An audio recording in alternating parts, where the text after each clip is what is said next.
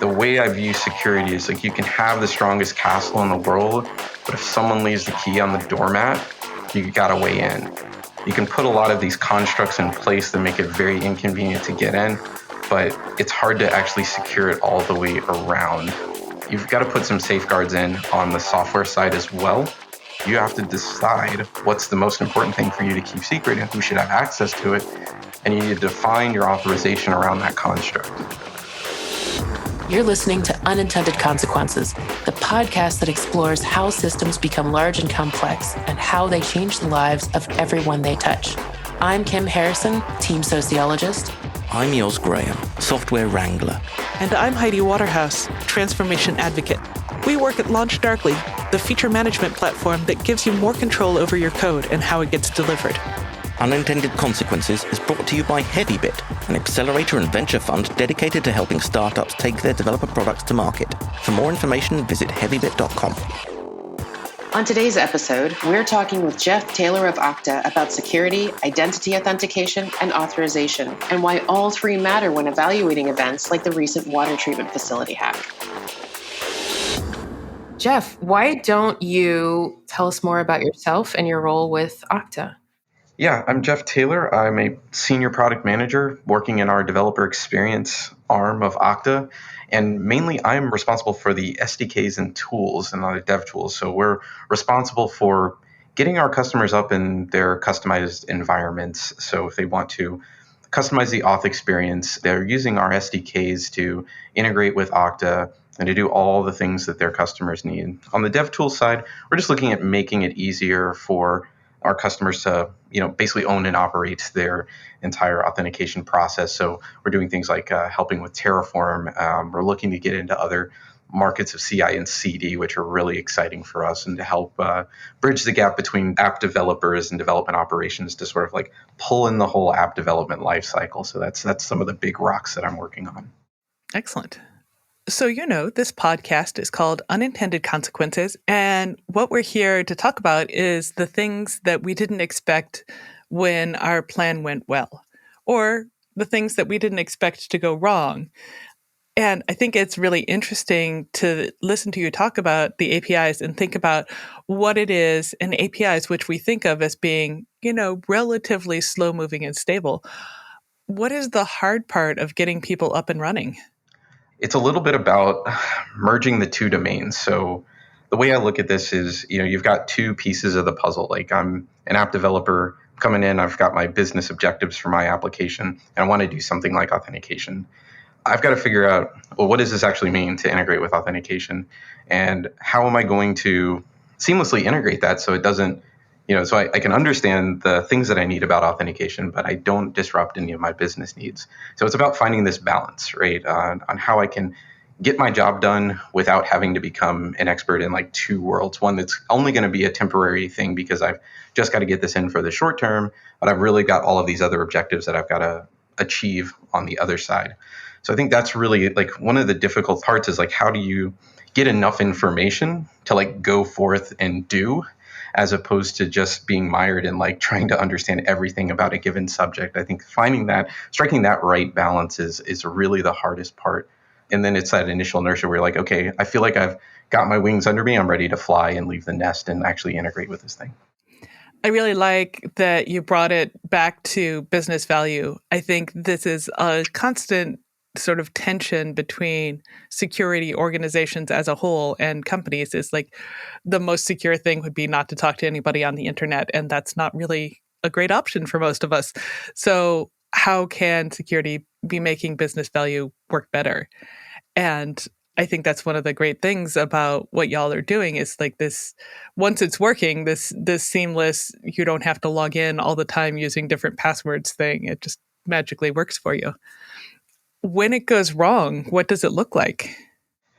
I guess like the first thing, when you're talking about like authentication and security, the first emotion that I usually have when I'm reading these articles is, empathy for the embarrassment that another company may feel, because like something has happened and the trust that you work so hard to build with your users takes a hit.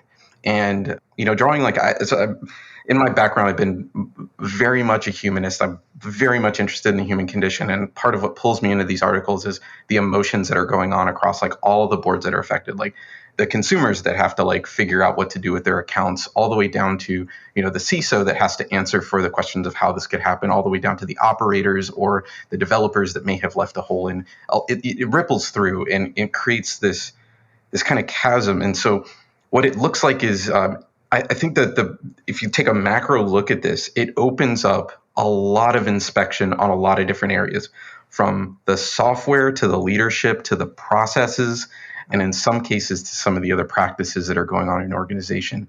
So it's like flinging a door open to a closet that may or may not be organized and having a lot of things sort of fall out, and you're rushed to having to clean that up and also reestablish, get on that road to reestablishing trust with your end users. So I just think it's one of those, like it's a, I want to say a Pandora's box, but there's just a lot that happens once this goes wrong that you have to run damage control, and there's like little fires here and there that you've got to answer for to really put that out. That's awesome. I think that I love that analogy of like a guest has come over and instead of opening the coat closet, they opened the closet that you shoved everything into right before they came over.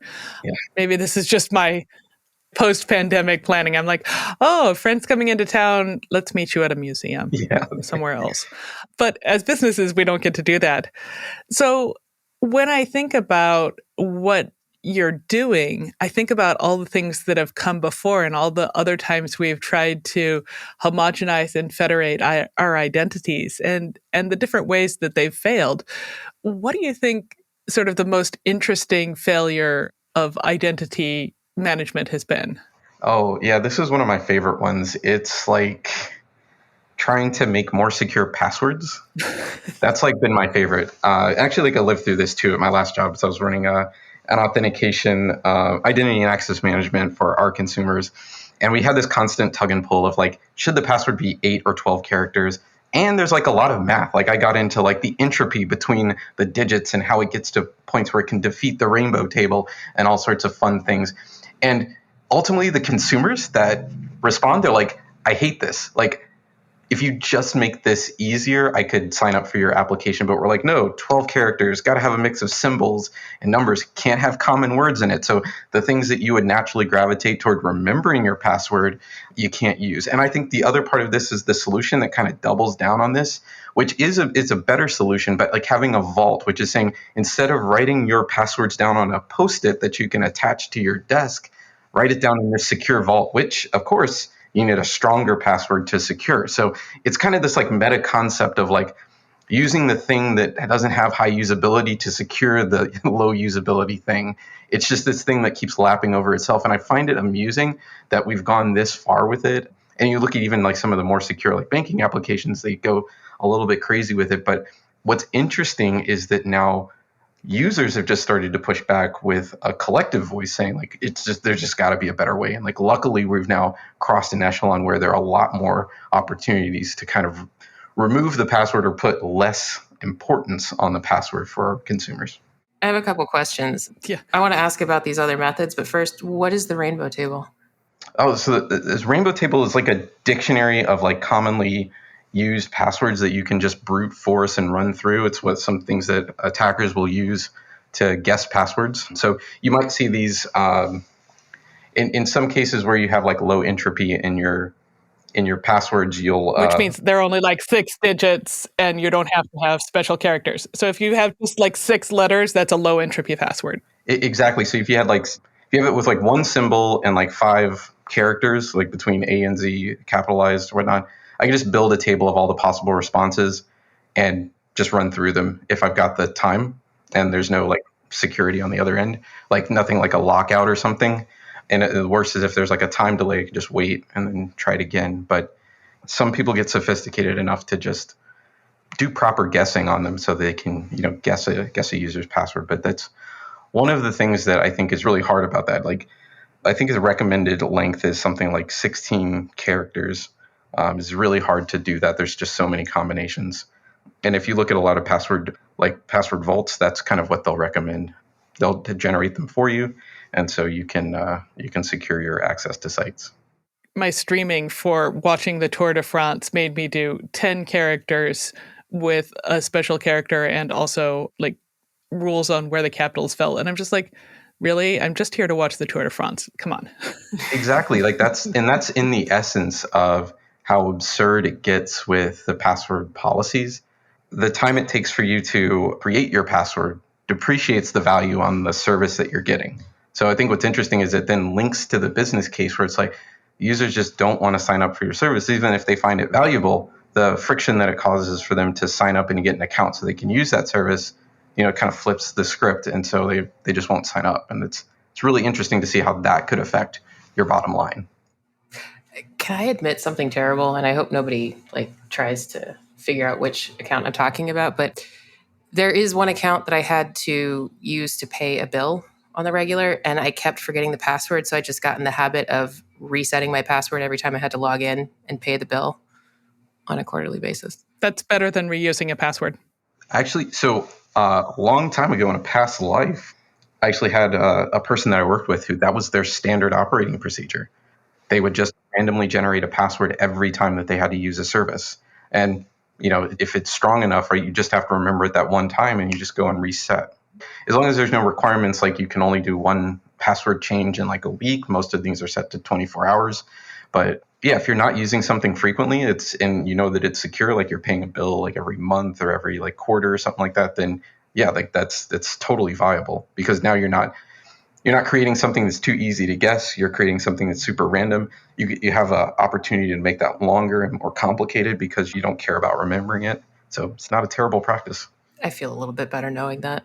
Well, because that's, in my journeys through security, I think that's one factor that, it's like people worry about like complexity. There's this like dangling factor of time, right? Like if you look at like key rotations and stuff, that's like why this comes into play. Like I want to keep the attacker guessing so that the credential will constantly change, so that you've got this other variable that they have to account for, not just like the complexity. So I think like what you're doing, if you're doing that manually, you're saying like you've got this short time window in which you can guess it, but now it's combined with these other factors of the complexity and the strength and how I'm actually constructing the password. So it makes it a lot more difficult to guess if you're applying all of those at a high level.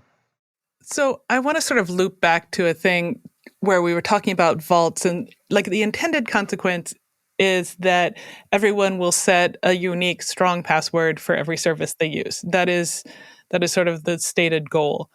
But the unintended consequence is that then they write that one password to all of their passwords somewhere, hopefully on a Post-it note physical rather than online somewhere. But what other unintended consequences do you see from password vaults? Well, so that's a good question. I think some of the other things that you would see is you still don't. I'm gonna say like reuse is like always a big thing. Like they say that distinctly, like you should use. I think that might be another unintended consequence, because now you have the security of saying, well, like, okay, well, where do I want to put my investment? Like I want to put my investment in the secure password that will secure my vault. So I will commit that strong password to memory, so that will effectively safeguard all of my other passwords, right? So I then make the false assumption that I can just set all of my other passwords with like just lower things, whatever the minimum requirement is, and maybe I'll reuse them if I don't want to keep generating more. Like, so you may create a false sense of security on the outside depending on how the users interact with the vault. And that's like, I think the other, aside from like saying I'm going to write it down and now I've got a Post-it note that I keep in my wallet that has my vault password on it. So when I open up on my phone, I can do that. That's another one that I think is an unintended consequence, that you create like this, borrow a phrase, a security blanket around your passwords. So you're less strict about how you construct your passwords for each of these individual sites. It's sort of like we all have a personal caring about this budget, and where we allocate it is the only difference. Yeah. So changing gears, I was thinking about one of the interesting things that we've found with our product is people use it in ways that we didn't expect. Are you seeing anybody use Okta in like surprising, unexpected ways? You're like, we never planned for that, but okay. Yeah, I think One of the biggest ways that we're seeing Okta used in different ways is just in like how people are customizing it. I think it's always surprising to see how people will extend our product. Like they'll hook it up to different workflows. They'll use our particular hooks to hook into other systems. I always find that fascinating because it just speaks to the variations in business cases across different companies and the ways that they actually look and interpret how authentication can make their systems and their user experience better. And then I think the other thing is just like, how there's just ways that you can make the system really, really complex in ways that actually make, a ton of sense. We were looking at, I find that our multi-tenancy models to be the most interesting, where a company was saying, well, I'm going to source a child organization for a customer, and it's got to be set up in a certain way. So they're utilizing like our Terraform, they're using our APIs, they're using our SDKs to basically streamline this onboarding process. And I just find that fascinating. I've always had like a fascination with like Rube Goldberg devices, and I see that a lot in software, which is one of my interests that drew me to software, which is seeing how all of these things can be chained together. How you can take like response from system one, put that into system two, take that response from systems one and two, put that into system three, and then actually see something flowing from end to end that, looks amazing on the other side. So I always find that like that's just intriguing. And when you open this up to like customization through things like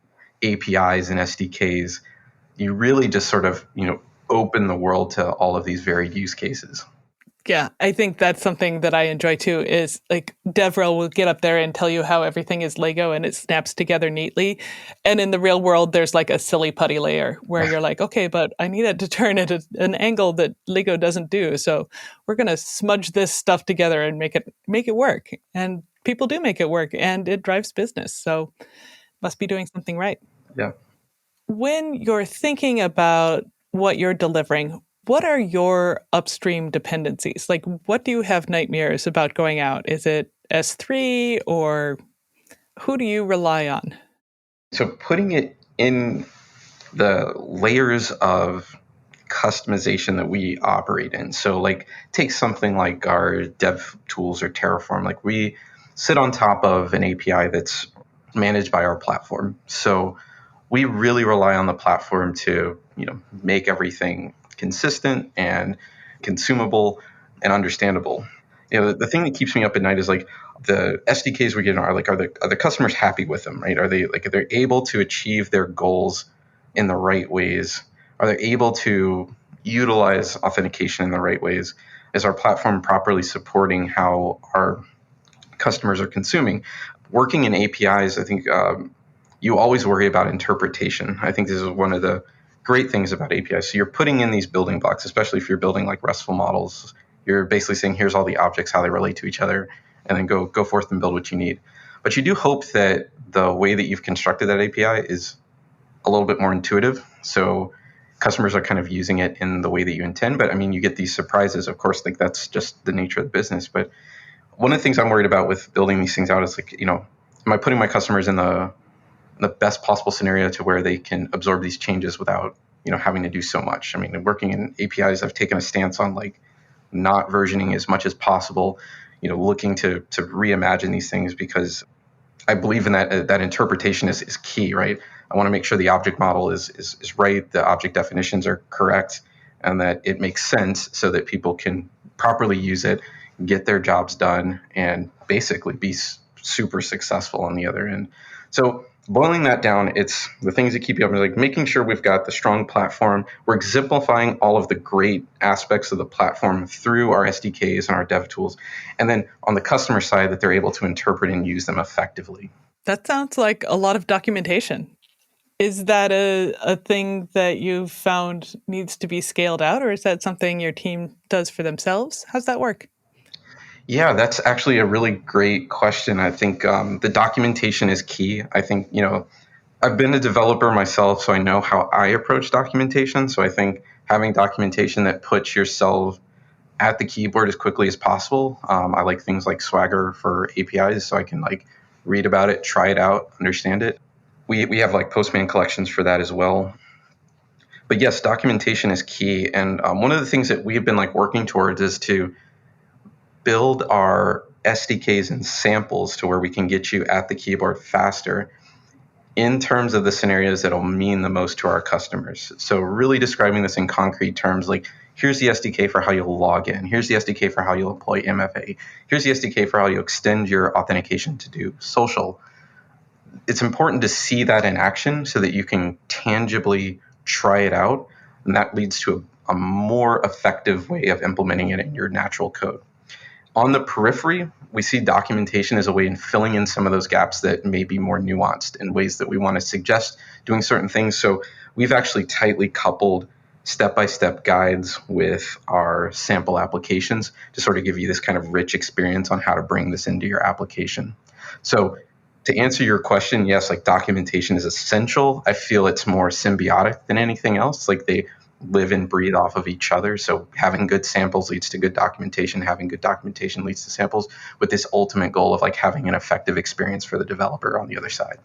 That's really excellent. I think that it's sometimes something that people overlook, even when they're building APIs. They're like, well, the API, we did use OpenAPI or something to document it, but it doesn't have that user story, the why you would want to do this. That is so key to finding the thing that you need to do in the moment. Yeah, and I think that's like one of the lost value props of something like Postman. The way that, like, when I've done APIs in the past, we would always construct our Postman collections to be kind of like journey centric. So like in our user API, we'd say this is how you create a user, this is how you'd find a user, this is how you'd update a user. So it actually like walks you through and it uses the same responses. So you're actually getting a feel of like how I would construct my requests in my application just by exploring the API. So I really believe in like this API exploration as a way to explore the data model, but in the way that you intend, you have this opportunity to shape the customer's understanding if you phrased everything and organized everything in a way that sort of walks them through the way that you're envisioning they would walk through. Of course, like, and I think the beauty of this is that it doesn't say that this is the prescriptive and only way to do it, but what it does is it sets them up to understand, okay, this is how the API was intended to use. Like if I need to extend it in a certain way, I know what pieces of the request and response I would need for these others. So I can start to interject another step if I need to have a detour or I need to do something else in my other app. And I can do that safely and with some confidence that I'm not going to like totally blow everything up to where, I have to like, launch something more separately, have a ton of tests around it and like feel less confident in the solution I'm developing. Or I have to like go to targeted like support or something. I can't just rely on what I can get out of the box to keep going. So the examples are sort of how you would use this, and the documentation extends it to how you would utilize it in sort of the MacGyver sense. Yeah, exactly. So you have like this, hey, here's how the API is intended to be used, but like you use the samples and documentation to say like, here's a real world use case of what this would look like. It's a little bit nuanced in that respect, I'd say.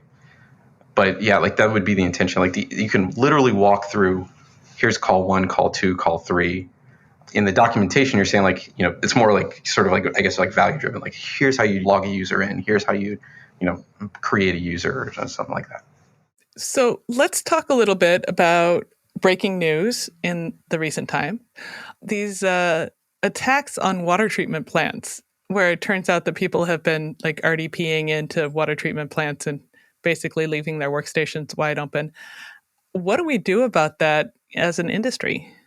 I feel like we've left behind a lot of people who need security maybe even more than we do.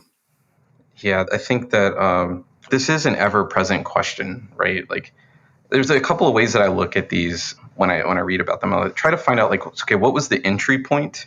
Like in this case, like it was people RDPing. They may or may not have been using like a licensed software. I think like some people were using like, I think they mentioned like TeamViewer in some instances, which does allow you to like RDP and like have like live screen share.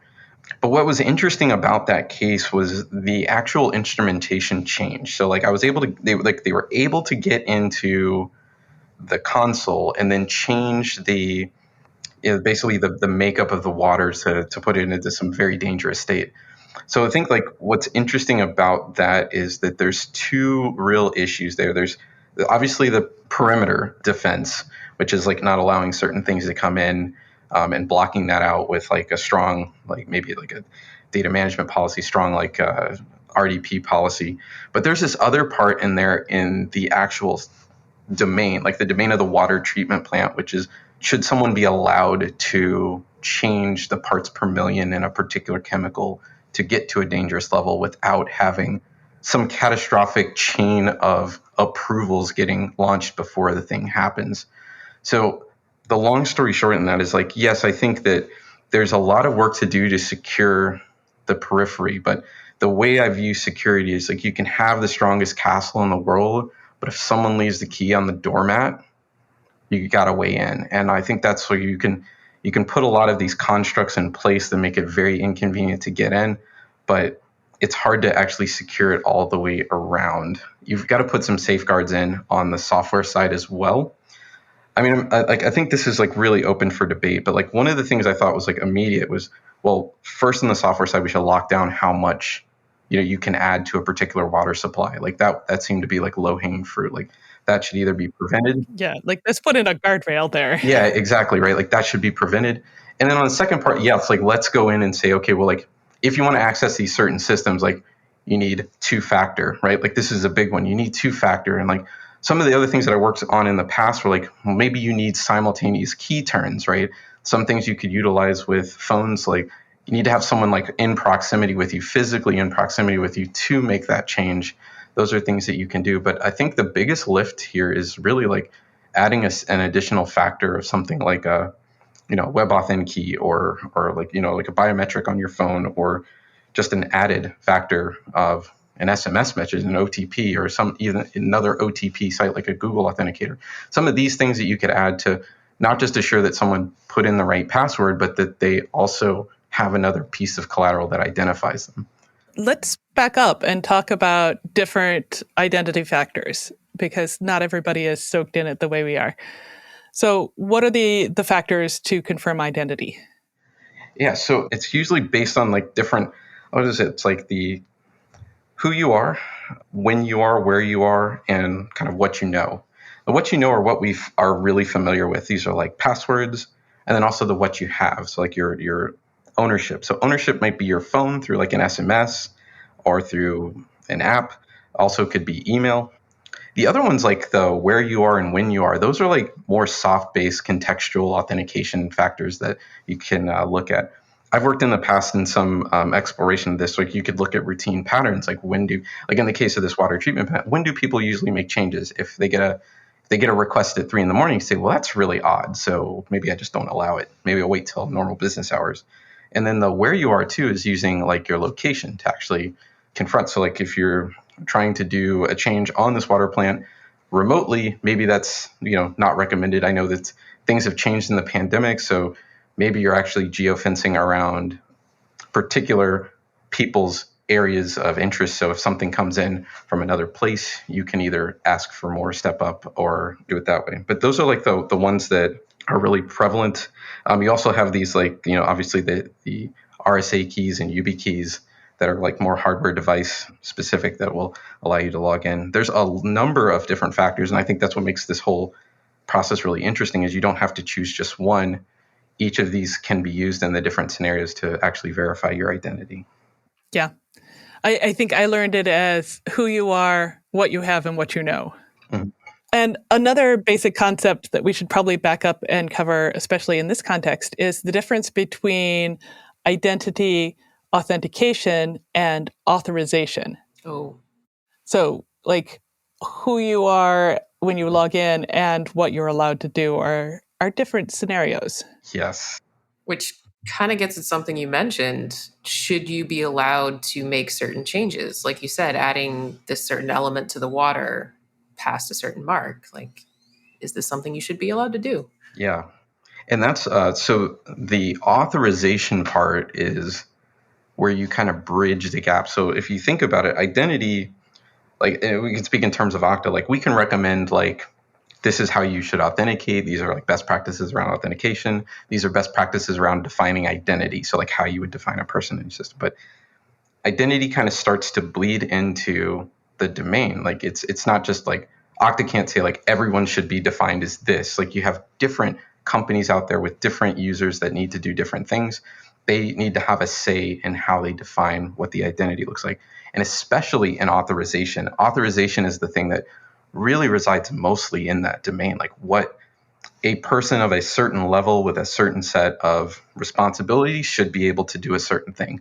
Okta is not going to be able to know all of that for all of its customers. We really rely on having the things in there to say, sure, it's protected if you like use things like an OAuth, you can use scopes, which are ways to define authorization. But still, this has to be kind of agreed upon with the customer. So they have to really know what they want to allow a particular user after they're authenticated to do. So I think that's where there's a lot of like really, I mean, the way I used to talk to my developers about it was like, you should really think if like the information that you've got were just live on the internet, would you be willing to share that with everyone?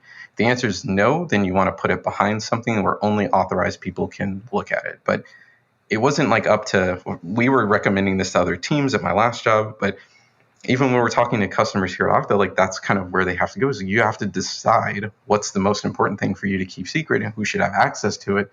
And you need to define your authorization around that construct. Yeah, that's really cool. And nerds will talk about this as Auth N and Auth Z. So if you're trapped in a room full of security nerds, now you know what they're saying. Yeah. I think that one of the interesting things you mentioned, OAuth, talk to me a little bit about Okta's merger and what's going on. Oh, yes. So we recently acquired Auth0. So Auth0, some of you may know, works in the same space. They are very developer focused and very pro code with their solutions. But we actually saw that there's a lot of good synergy between the two companies, and we're really excited that we're able to join forces now and really just disrupt the whole identity landscape. I think there's a lot of really good energy about the things that we can do together. And actually, it's just been really interesting to learn and talk to people from Auth0 about like what their thoughts are on all of this, all of these identity concepts and everything. So it's actually, it's one of those things that like it happened, and actually is like pretty cool to see how we're all coming together. And it's a very exciting time.